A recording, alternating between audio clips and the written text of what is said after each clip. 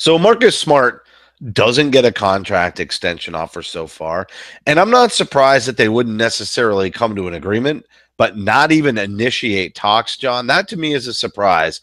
The guard definitely lost 20 pounds. He does look way better. And I get it. He may have not quite fulfilled expectations on some level, but as a defender, he's amazing. And really, if they are going to wind up making one more big play at somebody like an Anthony Davis, you would think that they would want to have a fairly sizable contract. Now, who knows? Maybe the agent just floated this out there. Maybe the Celtics will throw him, something that they know he would accept, but they really don't have a lot of time. The season starts earlier this year. I think we have 2 weeks for them to be able to offer an extension and get it signed before the season starts. I would have thought that this conversation would have started at the beginning of training camp. Yeah, they actually, it's a week from, actually less than a week from Columbus Day. So a week from Monday is the 16th is the last day you can offer the extension. Well, look, I mean, let's to play devil's advocate here. I think you very, aptly laid out why Marcus deserves the money. We talked about why we think Marcus deserves the money, but from the Celtics' perspective, look, they've committed a lot of money here over the last few years, particularly with Horford and Hayward, and signing those two to a collective over $60 million. So you have $30 million remaining for your rest of your team under the cap.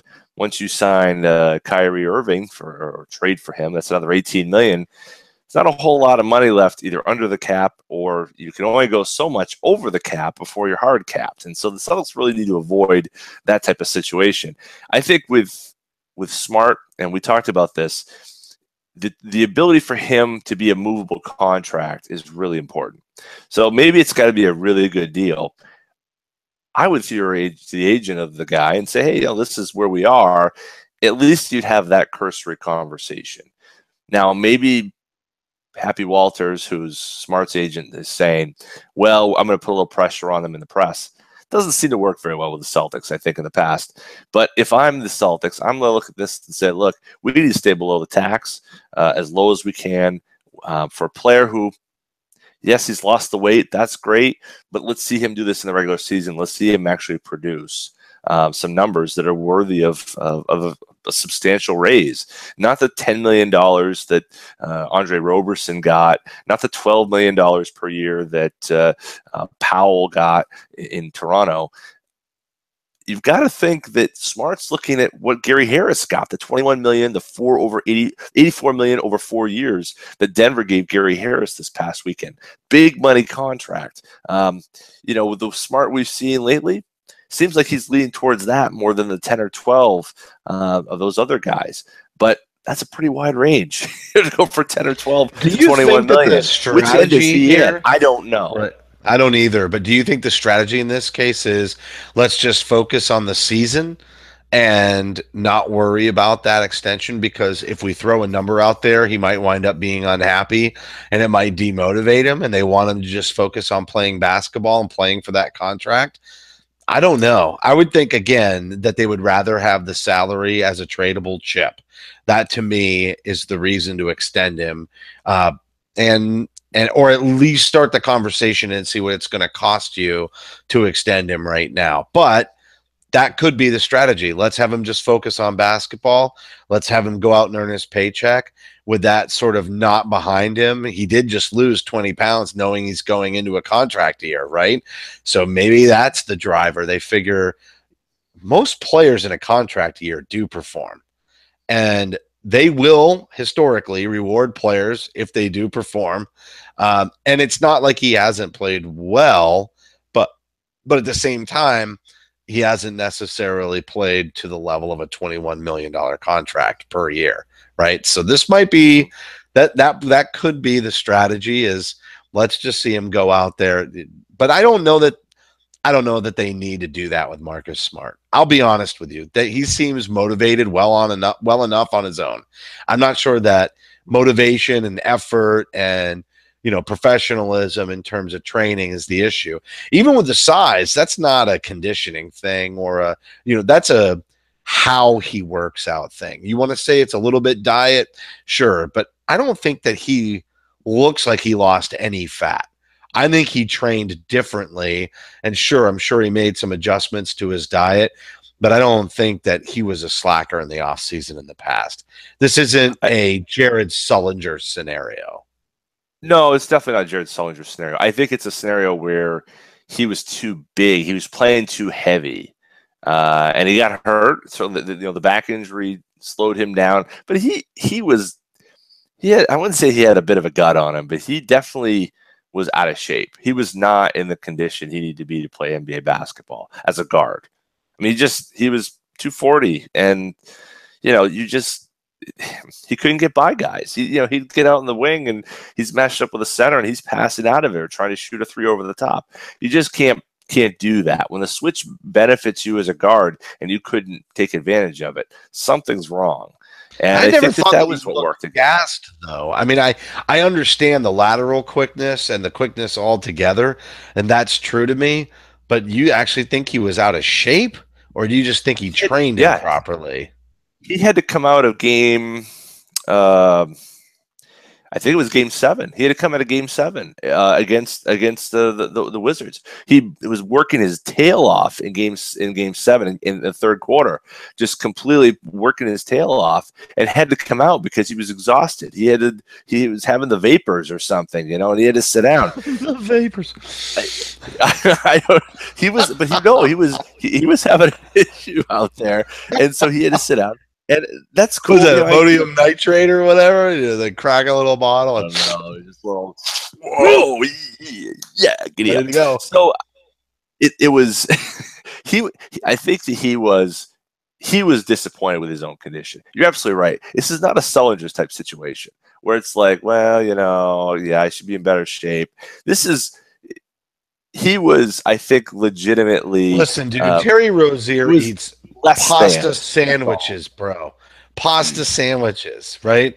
Yeah. I'm just saying they burn a ton of calories. And if Marcus Smart was working his tail off and he needed to go vape on the sideline, then I'm just saying, so be it. The dude he's got a crazy motor. I do not feel that he was out of shape. I just don't think he was in the right kind of shape to play guard in the NBA. And that may have been why he floated into that 3-4 in those smaller lineups, etc. Like, that makes sense to me. He was 240. And he did need to make an adjustment. It's not because he was just like, this is what I want to be. I think he was 240. The back injury, I think, was real. And he's at the end of the season. And again, I don't want to say he had a gut, but he kind of had a gut going, and I think that I don't think he could work out the way he wanted to because of the injury. And so what I think happened is he was always 240 anyway, he got healthy. Dude. No, he wasn't. Go back and look at his rookie year. He was not as good a condition as he's in now, but he was much better than you see him in the playoffs. He didn't look like himself. He's like a shell of himself. He's hurt.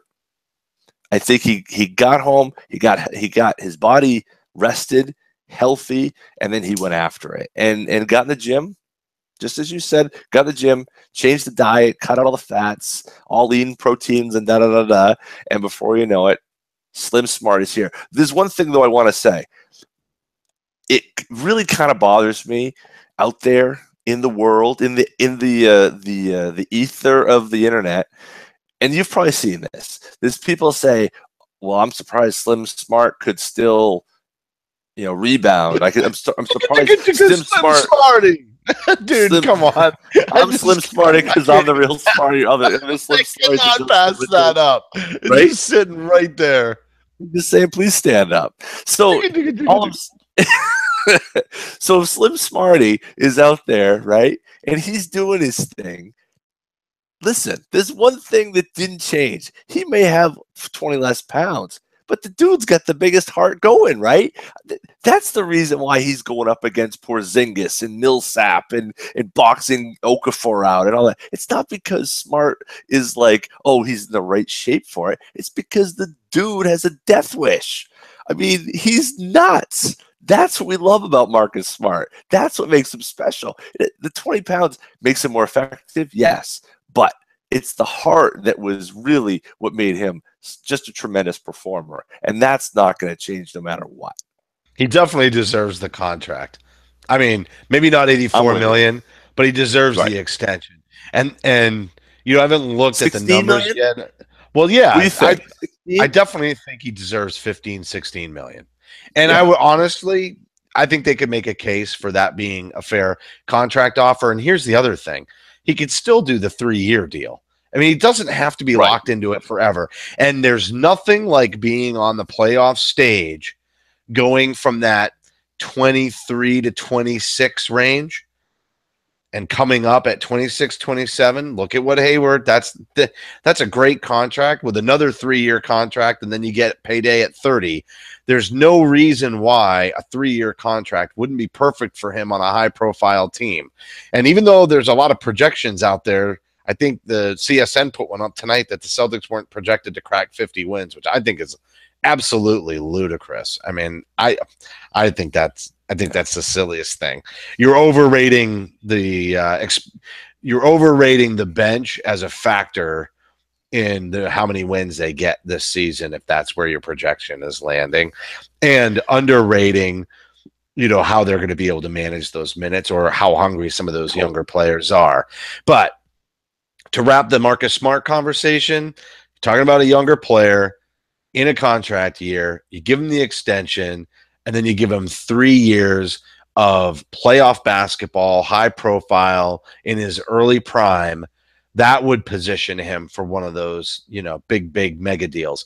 And the face of this franchise, or not the face, but this franchise will look very different at that point. And I think they want to hold on to young, athletic players. And if they do have to make a move and he goes somewhere else, so be it. He can't be unhappy with that contract.